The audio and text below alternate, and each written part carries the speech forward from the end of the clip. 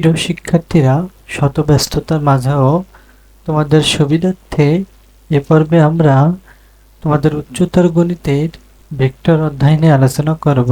তা আমরা একেবারে বেসিক থেকে আলোচনা করব। তা দেখো, প্রথমে আমরা একটু জানি যে রাশি কাকে বলে। আমরা এই ভৌত জগতে যা কিছু পরিমাপ করতে পারি তাকে রাশি বলা হয়। রাশি কলম দুই ধরনের, একটা হচ্ছে স্কেলার রাশি আর একটা হচ্ছে ভেক্টর রাশি। তো স্কেলার রাশি কোনগুলো? দৈর্ঘ্য, ভর, দড়িটিকা, শক্তি, সময়, তাপমাত্রা। আর ভেক্টর রাশি হচ্ছে সরণ, বেগ, ত্বরণ এগুলো।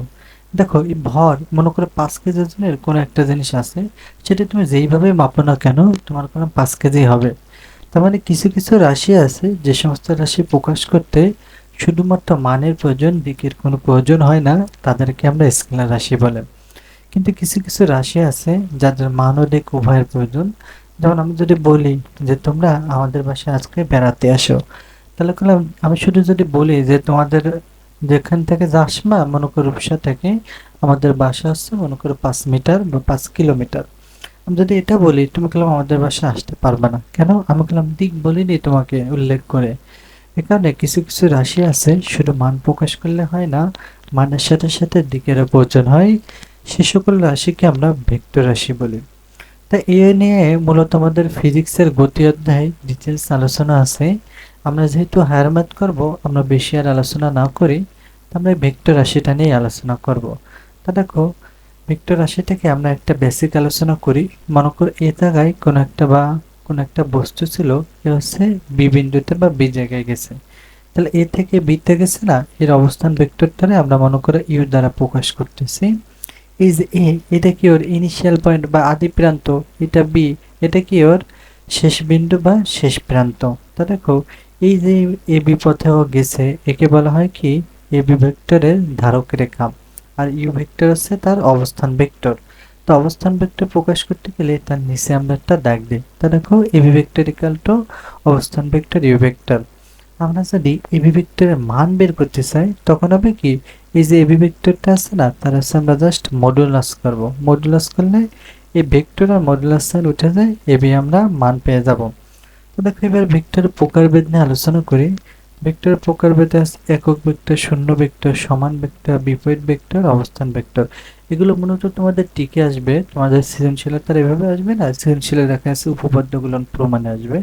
তারপর একটু যেহেতু বেসিক আলোচনা করতেছি, এগুলো আমরা হালকা একটু আলোচনা করে নিই। তো দেখো, একক ভেক্টর কি? যে ভেক্টরের মান হচ্ছে 1 তাকে বলা হয় একক ভেক্টর। মনে করো এইখান থেকে এইটুক যাচ্ছ, কত একক? 1 একক। এখান থেকে এইটুক যাবা, তাও 1 একক। এখান থেকে এইটুক যাবা, তাও 1 একক। প্রত্যেকটাই কি 1 একক করে না?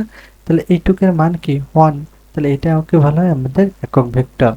তো একক ভেক্টর আমরা পাই কিভাবে? কোন একটা ভেক্টরকে তার মান দিয়ে যদি আমরা ভাগ করি, তাহলে এই যে অনুপাতের যে মানটা আসে তাকে আমরা বলি একক ভেক্টর। আর একক ভেক্টরের উপরে আমরা একটা ক্যাপ চিহ্ন দিয়ে আমরা এটা ডিনোট করি, এটা হচ্ছে একক ভেক্টর। তাহলে এটা হচ্ছে আমাদের একক ভেক্টর। তো দেখো, এরপরে শূন্য ভেক্টর কি? এই ভেক্টর মান হচ্ছে 0। যেরকম আমরা যদি একটা বিন্দু দিই, দেখো এরকম কোনো নির্দিষ্ট মান নেই। তাহলে দেখো, আমরা একটা বিন্দু দিচ্ছি না, এরকম নির্দিষ্ট কোনো দিকও নয়। আমি উপরের দিকে বলতে পারতেছি না এই বিন্দুটা আছে, নিচেও বলতে পারতেছি না, বামে বলতে পারতেছি না, ডাইনে বলতে পারতেছি না। তাহলে এর কি কোনো দিক নেই, তাই না? কোনো দিক নির্ধারণ করতে পারতেছি না। আর ধারক রেখা নেই, কারণ ধারক রেখা মানে এরকম যদি একটা রেখা থাকে তখন তো আমরা ধারক রেখা বলবো। কিন্তু শূন্য ভেক্টর কি কোনো ধারক রেখা নেই, কারণ শূন্য ভেক্টর তো একটা বিন্দু ভেক্টর। তারপর দেখো, সমান ভেক্টর কাকে বলে? যার মান হচ্ছে সমান হয়। যেরকম মনে করো এবি এরকম একটা ভেক্টর আছে, পাশাপাশি এখানে পিকিউ একটা ভেক্টর আছে।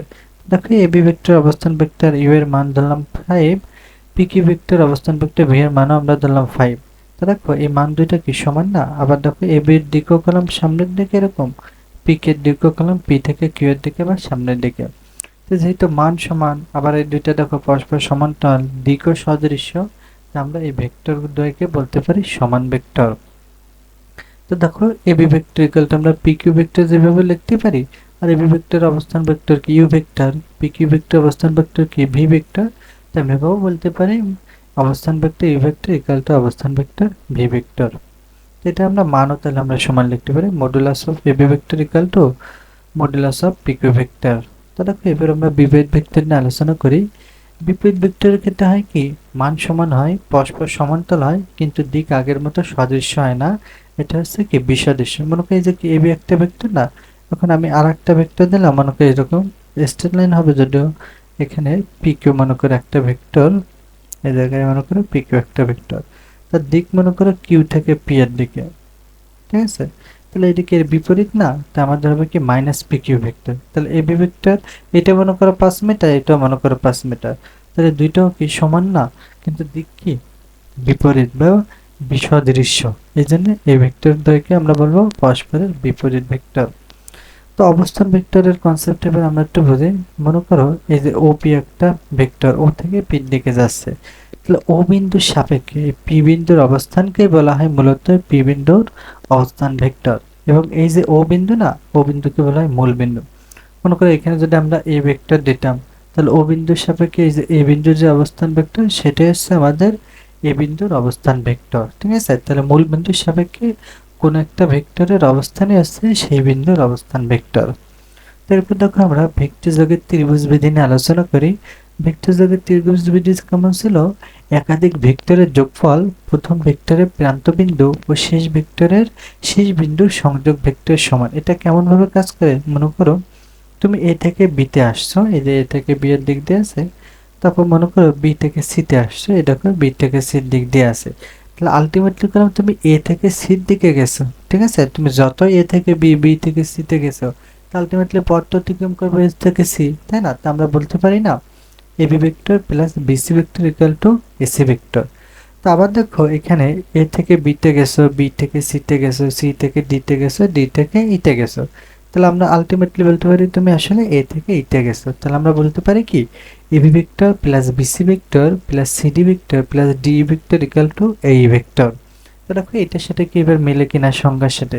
একাধিক ভেক্টরের যোগফল প্রথম ভেক্টর প্রান্তবিন্দু। তাহলে এই দেখো এবি ভেক্টরের এই প্রথম ভেক্টর কি এবি ধরেছি আমরা, এর প্রান্তবিন্দু কি এ, ও শেষ ভেক্টরের শেষ বিন্দু, শেষ ভেক্টরের শেষ বিন্দু কোনটা?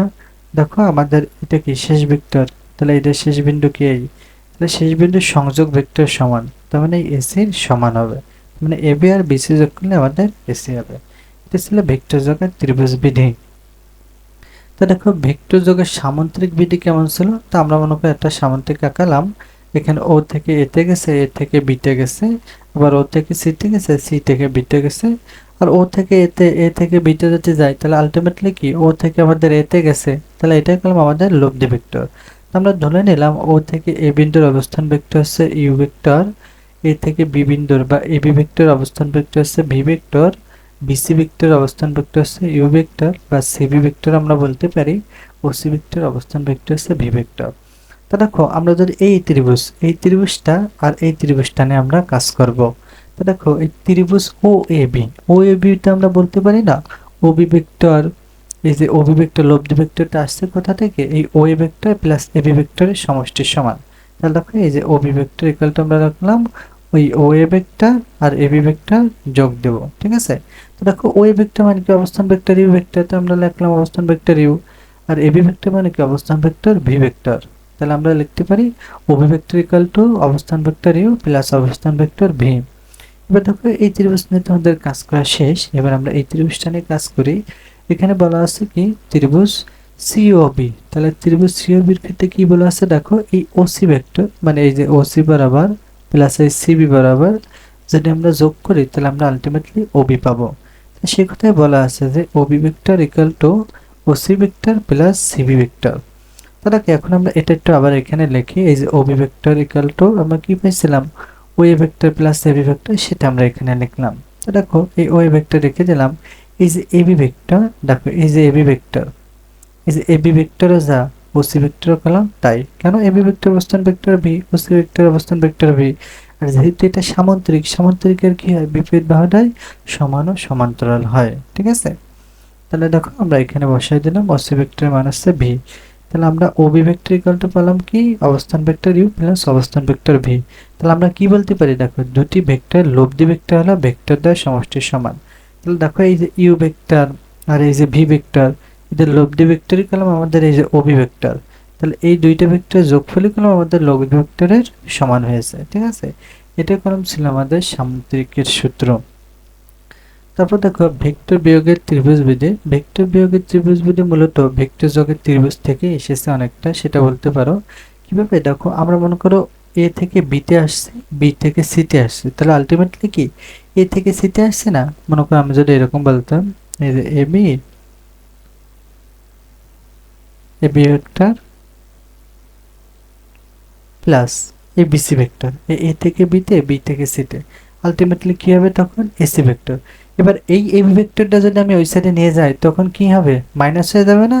সে মাইনাসটা আমি এখানে দিয়ে আসছে, বিসি ভেক্টর হয়ে গেল। তাহলে বিসি ভেক্টর ইকুয়াল টু কি? AC vector minus AB vector. তো এখানে কি বলেছে দেখো, লব্ধি ভেক্টরের শেষ বিন্দু। লব্ধি ভেক্টর কোনটা? আমরা পাইছি কি? BC vector. এই শেষ বিন্দু হতে নিঃসৃত ভেক্টর ও অপর ভেক্টর বিয়োগফলই লব্ধি ভেক্টর। তাহলে শেষ বিন্দু কোনটা? এটা না, এই যে বিসি তো আমাদের ভেক্টর হচ্ছে আমাদের লব্ধি ভেক্টর, এই শেষ বিন্দু কি? যে সিতে আছে। তাহলে এ থেকে সিতে, কারণ শেষ বিন্দুতে নিশ্চিত ভেক্টর, তাহলে এ থেকে সি, এই এসি থেকে আমরা বিয়োগ করবো হচ্ছে এবি। তাহলে এসি থেকে যদি আমরা এবি বিয়োগ করি তখন গেলাম আমরা হচ্ছে এই লব্ধি ভেক্টরটা পাবো। তো সেটাই বলা আছে ঘুরে পিছায়, যে লব্ধি ভেক্টর শেষ বিন্দু হতে নিঃসৃত ভেক্টর ও অপর ভেক্টর বিয়োগফলই হচ্ছে লব্ধি ভেক্টর। তারপর দেখো আমরা এই যে উদাহরণ 3, এটা হলো খুব ইম্পর্টেন্ট, পরীক্ষায় বারবার আসে এগুলো থেকে। তো উদাহরণ 3 বলা আছে কি, ভেক্টরের সাহায্যে প্রমাণ করো যে ত্রিভুজের দুই বাহুর মধ্যবিন্দু সংযোজক রেখাংশ ওই ত্রিভুজের তৃতীয় বাহুর সমান্তরাল ও তার অর্ধেক। তা মনে করো এরকম একটা ত্রিভুজ আছে, তা আমরা একটা ত্রিভুজ আঁকাই নেই। এটা মনে করো একটা ত্রিভুজ। তা মনে করো এখানে বিন্দুর নাম দিয়ে আমি এ, তারপর এখানটার নাম দিচ্ছি মনে করো বি, এখানটার নাম দিচ্ছি মনে করো সি। তো বলেছে কি, ভেক্টর সাহায্যে প্রমাণ করা যায় ত্রিভুজের দুই বাহুর মধ্যবিন্দু। তো আমরা ধরলাম এই এবি বাহু আর ইসি বাহু নিয়ে আমরা একটু কাজ করি। তাহলে দেখো এখানে মধ্যবিন্দু আমরা দিলাম এই, এখানে এসি এর মধ্যবিন্দু দিলাম এখানে। তাহলে আমরা দেখলাম তৃতীয় বাহু কলাম বিসি হবে, কারণ এই দুইটা বাহুর মধ্যবিন্দু আমরা নিছি। যদি এই বাহু আর এই বাহুর মধ্যবিন্দু নিতাম তখন কলাম আমাদের এবি হইতে হচ্ছে আমাদের তৃতীয় বাহু। যদি আমরা এই বাহু এবি বাহু আর বিসি বাহুর মধ্যবিন্দু নিতাম তাহলে আমাদের হতো কি এসিটা হচ্ছে তৃতীয় বাহু। আমরা যেহেতু এবি বাহুর মধ্যবিন্দু নিছি আর এসি বাহুর মধ্যবিন্দু নিছি, বাহু তো তিনটা, তাহলে এই দুইটা মধ্যবিন্দু নিছি, এটা তো দিনই, তাহলে এটা হবে আমাদের তৃতীয় বাহু। তা দেখো বলেছে কি, ত্রিভুজের দুই বাহুর মধ্যবিন্দু সংযোজক রেখাংশ, তাহলে আমরা এরকম একটা রেখাংশ সংযোগ করে দিলাম। এটার নাম মনে করে ই দিল না, ওইটার নাম দিলাম মনে করে এফ। তাহলে সংযোগ করলে আমাদের কি হবে সে কথা দেখো বলা আছে, ওই ত্রিভুজের তৃতীয় বাহুর সমান্তরাল ও অর্ধেক। তার মানে ইএফ হবে কি বিসির সমান্তরাল, দেখো এরকম সমান্তরাল আছে, এটা আমাদের প্রমাণ করতে হবে, যেটা আর হচ্ছে তার অর্ধেক। এটা মোটামুটি দেখতে বোঝা যাচ্ছে অর্ধেক, কিন্তু এটা আমাদের প্রমাণ করতে হবে। তার মানে ইএফ হবে কলাম হাফ অফ বিসি। তো দেখো সাধারণ নির্বাচনে বলা আছে, বইতে যদি একটু কঠিনভাবে করা আছে, আমি একেবারে তোমাদের অবস্থান ভেক্টর দিয়ে একেবারে সহজ সিস্টেমে তোমাদের দেখাই দেবো। তো দেখো বিশেষ নির্বাচনে আমরা ধরে নেবা এই যে এ বি সি ত্রিভুজের, ত্রিভুজ এ বি সি এর এই বিবাহুর মধ্যবিন্দু কি ই, তারপরে আমাদের এই এসি বাহুর মধ্যবিন্দু কি সি। দেখি আমরা একটু একটু মুছে দিয়ে নিই আগে। দেখো এ বিবাহুর মধ্যবিন্দু আমরা ধরে নিছি কি ই, এসি বাহুর মধ্যবিন্দু ধরে নিছি কি এফ। তাহলে দেখো, তাহলে এই দেখো এ বিবাহুর মধ্যবিন্দু আমাদের ই, এসি বাহুর মধ্যবিন্দু আসছে কত এফ। এবার ই কমা এফ যোগ করি, তারপরে আমাদের প্রমাণ করতে হবে কি এই যে ইএফটা আমরা পালাম, সেই এফটা হচ্ছে বিসির অর্ধেক এবং এই এফ হচ্ছে বিসির সমান্তরাল। আমরা দেখো যেহেতু অবস্থান ভেক্টর নিয়ে খুব সহজে হচ্ছে আমাদের সমাধানটা করতে চাচ্ছি, তা আমরা ধরে নিই এ বি সি ই আর এফ এর অবস্থান ভেক্টর যথাক্রমে এই যে এ বিন্দুর অবস্থান ভেক্টর ছোট হাতের এ, বি বিন্দুর অবস্থান ভেক্টর ছোট হাতের বি, সি বিন্দুর অবস্থান ভেক্টর ছোট হাতের সি, ই বিন্দুর অবস্থান ভেক্টর ছোট হাতের এ, এফ বিন্দুর অবস্থান ভেক্টর ছোট হাতের এফ। তো দেখো আমরা যদি এই যে ই বিন্দুর কথা চিন্তা ভাবনা করি, এই যে এ বিন্দু অবস্থান ভেক্টর আসছে কলাম ছোট হাতের এ, আর এই যে বি বিন্দুর অবস্থান ভেক্টর কলাম আসছে ছোট হাতের বি। তাহলে আমরা যদি ই বিন্দু চিন্তা ভাবনা করি তাহলে ই বিন্দু কলাম হবে কি এই যে এ অবস্থান ভেক্টর আর বি অবস্থান ভেক্টর যদি যোগ করে 2 দিয়ে ভাগ করে, যেহেতু মাঝে আছে তাহলে এটার এটা যোগ করে কি 2 দিয়ে ভাগ করবে না, তাহলে ই বিন্দু অবস্থান ভেক্টর হবে অবস্থান ভেক্টর এ প্লাস অবস্থান ভেক্টর বি ডিভাইডেড বাই 2। দেখো তাই কলম আমরা লিখেছি, আর ই বিন্দুর অবস্থান ভেক্টর এই যে ই বিন্দুর অবস্থান ভেক্টর আমরা ওটা লিখে দিয়েছি। তো এখানে ই বিন্দু অবস্থান ভেক্টর রাতে আমরা ছোট হাতের ই দিয়ে প্রকাশ করেছি। এবার দেখো আমরা যদি এ বিন্দুর অবস্থান ভেক্টর বের করতে চাই, তা এ বিন্দুর অবস্থান ভেক্টরটা এ, সি বিন্দুর অবস্থান ভেক্টরটা ছোট হাতে সি, তাহলে আমরা যোগ করব কি A vector plus C vector, যোগ করে আমরা 2 দিয়ে ভাগ করব, তখনই কলম আমরা এ বিন্দুর অবস্থান ভেক্টর পেয়ে যাব। দেখো সেটাই কলম আমাদের এখানে দিয়ে আছে যে এ বিন্দুর অবস্থান ভেক্টর এ অবস্থান ভেক্টর প্লাস সি অবস্থান ভেক্টর ডিভাইডেড বাই 2, আর এফ বিন্দুর অবস্থান ভেক্টর যেটা আমরা বের করব তা আমরা ছোট হাতের এফ নিয়েছি। তো দেখো ইএফ সমান, যেহেতু আমরা ই আর এফ নিয়ে কাজ করেছি, এই যে ইএফ নিয়ে কাজ করেছি না, দেখো এই যে ইএফ, তো ইএফ সমান আমরা লিখতে পারি কি এফ মাইনাস সি। আমরা যদি এবি লাগতাম এখানে এবি ভেক্টর বা শুধু এবির মান আমরা বের করতে চাইতাম, তখন আমরা লিখতাম কি বি মাইনাস সি, মানে শেষে যেটা থাকবে ইএফ না, শেষে কিন্তু এফ আছে, তাহলে ওই এফ থেকে বিয়োগ দেবে আসছে আগেরটা, তাহলে ইএফ ভেক্টর বা EF equal two F vector minus E vector. ঠিক আছে, যদি আমাদের এবি ভেক্টর থাকতো বা এবি থাকতো, তখন আমরা লিখতাম কি বি অবস্থান ভেক্টর মাইনাস এ অবস্থান ভেক্টর, তার মানে শেষে যেটা থাকবে এখানে এফ আছে না শেষে, ওই শেষেরটা জাস্ট আগে দেবো, আর তারপর প্রথমে যেটা থাকবে সেটা থেকে সে বিয়োগ দেবো।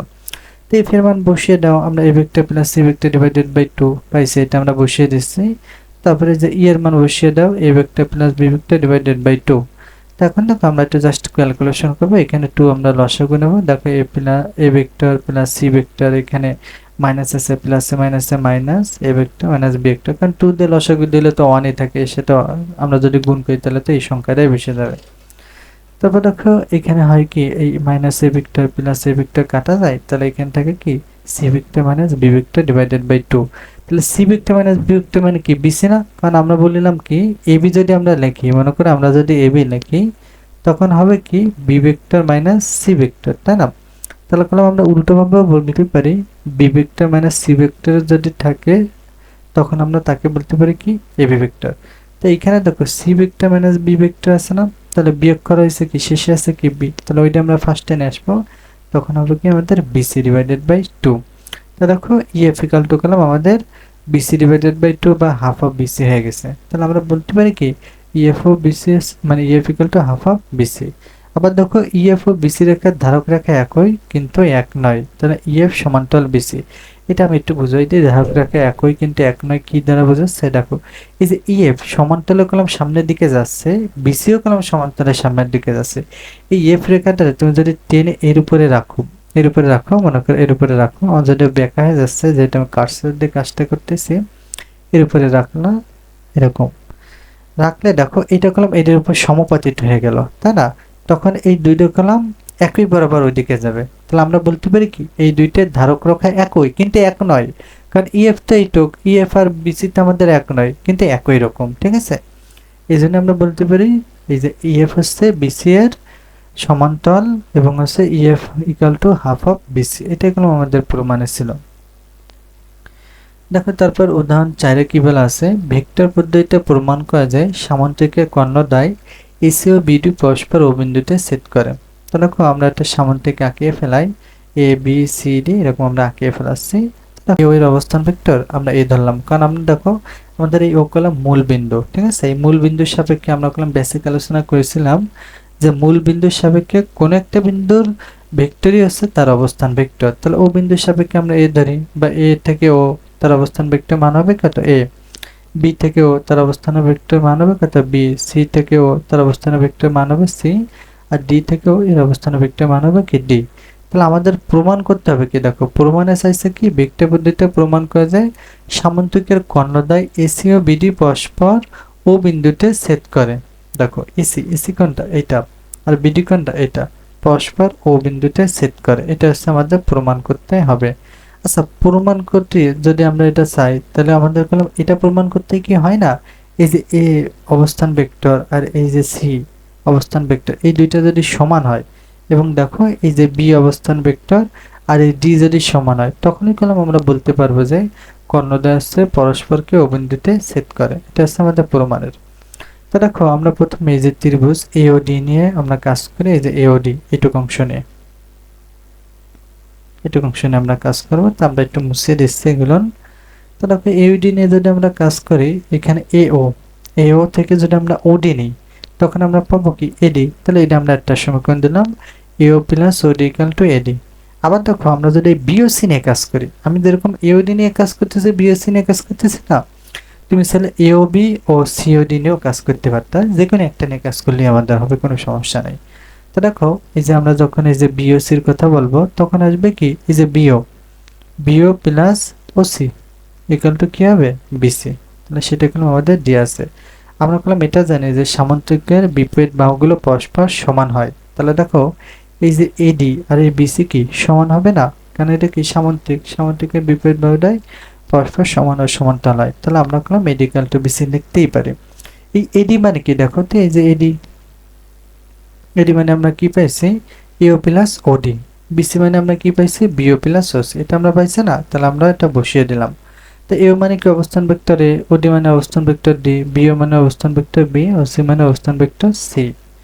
তো দেখো এখানে এই অবস্থান ভেক্টর এই সি দ্বারা আমরা নিয়ে আসলাম, ডি দ্বারা এই জায়গায় প্লাস আছে না, এই সাইডে আমরা নিয়ে গেলাম।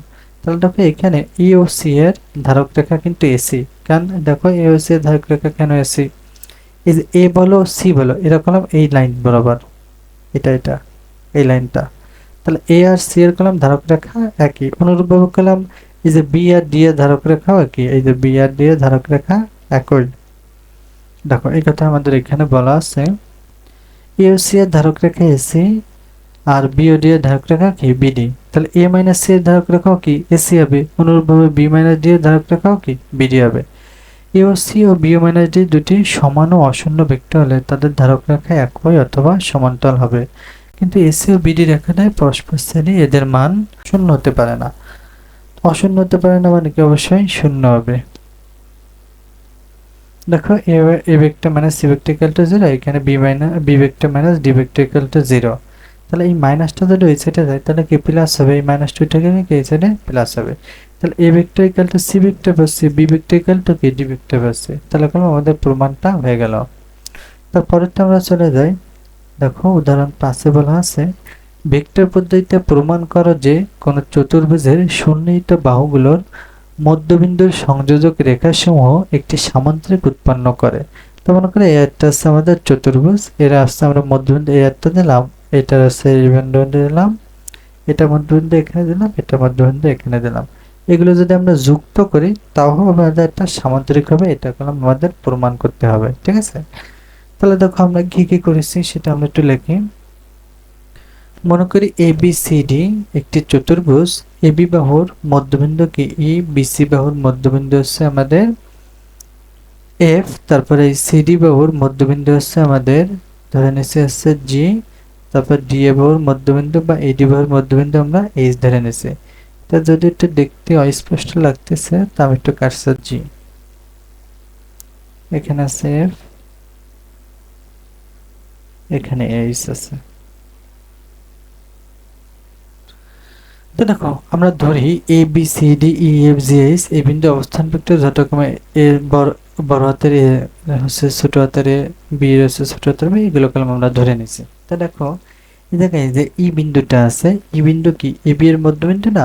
তাহলে দেখো আমরা ই বিন্দু অবস্থান ভেক্টর যদি বের করতে চাই তখন আমরা করব কি এ ভেক্টর আর বি ভেক্টর আমরা যোগ করে 2 দিয়ে ভাগ করব, জাস্ট সেটা আমরা রাখলাম A vector plus vector divided by 2। অনুভাবে এফ ভেক্টর যদি আমরা অবস্থান ভেক্টর বের করতে চাই তখন আমাদের হবে কি B vector plus C vector divided by 2। এগুলো আমি এর আগে আমি তোমাকে শিখাইছি। তো কিভাবে আমরা এফ এর অবস্থান ভেক্টর বের করব, জি এর অবস্থান ভেক্টর বের করব, তারপরে এইচ এর অবস্থান ভেক্টর আমরা বের করে নেব। তারপর দেখো আমরা যদি ইএফ লিখি, দেখো ইএফ কোনটা বলতেছি আমরা এটা, এই যে আমরা যদি ইএফটা লিখি এই যে ইএফ, তারপরে আমরা লিখব না জিএইচ, ঠিক আছে। ইএফটা যদি আমরা লিখি তখন আমরা কেমন লিখতে পারি, ইএফ মানে কি F vector minus E vector, কারণ আমরা যে ভেক্টরের কথা আমরা বলবো শেষে সেটা হচ্ছে আমরা আগে দিয়ে তারপর প্রথমে যেটা বলবো সেটা হচ্ছে আমরা পরে দেব, ঠিক আছে। কারণ আমরা বলছিলাম না যে এ বি ভেক্টর যদি আমরা লিখি তখন হবে কি B vector minus A vector. আমরা এফ এর মান বসিয়ে দিলাম, ই এর মান বসিয়ে দিলাম, জাস্ট ক্যালকুলেশন করে নেবা। অনুভবে আমরা যে জিএইচ বা এইচ এর মান আমরা বসিয়ে দেবো, ক্যালকুলেশন জাস্ট করে নেবা অনুভবে। তারপর দেখো এই যে ইএইচ যেগুলো আছে এটা আমরা এই দুইটা করেছি, তারপরে যে ইএইচ করব এফ জি করব, এটা হচ্ছে আমরা করে নেব। দেখো এটা করে নেবা, তারপর দেখবা কি যে তোমার এটা সমান হবে। দেখো এখানে আসতেছে কি আমি একটু দেখাই দিই ভালো মতন, এই যে EF C vector minus A vector divided by 2, H দিয়ে আসছে কি C vector minus A vector divided by 2, EH আসছে কি D vector minus B vector divided by 2, আর এফজিটা আসছে কি দেখো D vector minus B vector divided by 2। তাহলে আমরা বলতে পারি না ইএইচ আর এফজি আসছে সমান, যেহেতু ইএইচ এরও যা মান আসছে এইটা, আর আমাদের এফজি এর মানও কি এটা আসতেছে। তাহলে দুইটি বিপরীত ভেক্টর দ্বারা কলম এই যে দেখো এখানে দুটি এই যে সামান্তরিক বা আমাদের এই রেখা আর এই রেখা কলম সমান আসছে, আবার এই যে জিএফ রেখা আর এই যে এই সিএফ রেখা এই দুইটা কলম আমাদের সমান আসছে। যেহেতু এইটা আর এইটা আমাদের সমান আসছে, বিপরীত বাহুটাও সমান আসছে, তাহলে এটা কি আমাদের সামান্তরিক। তো আমরা বলতে পারি কি কোনো একটা সামান্তরিকের মধ্যবিন্দুর সংযোজক রেখাংশসমূহ আমাদের একটা সামান্তরিক হয়, ঠিক আছে।